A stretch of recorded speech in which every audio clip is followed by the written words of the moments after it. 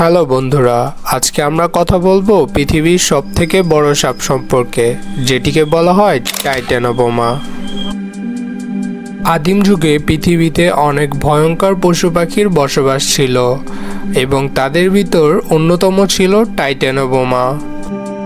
এটাকে বলা হয়ে থাকে পৃথিবীর সবথেকে বড় সাপ।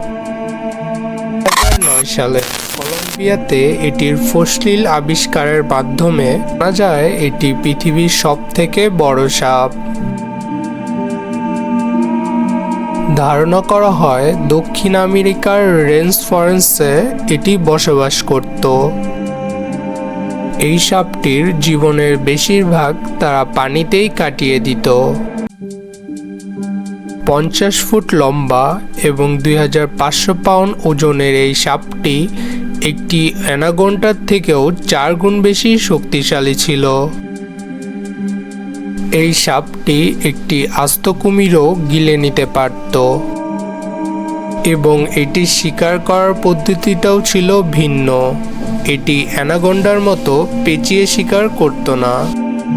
এটি সরাসরি হামলা করত এবং তারপর সেটাকে গিলে ফেলত।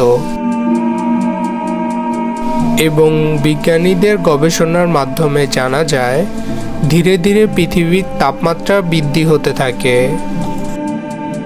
এবং অতিরিক্ত তাপমাত্রার কারণে টাইটানোবোমা নামে এই সাপগুলো ধীরে ধীরে পৃথিবী হতে বিলুপ্ত হতে থাকে।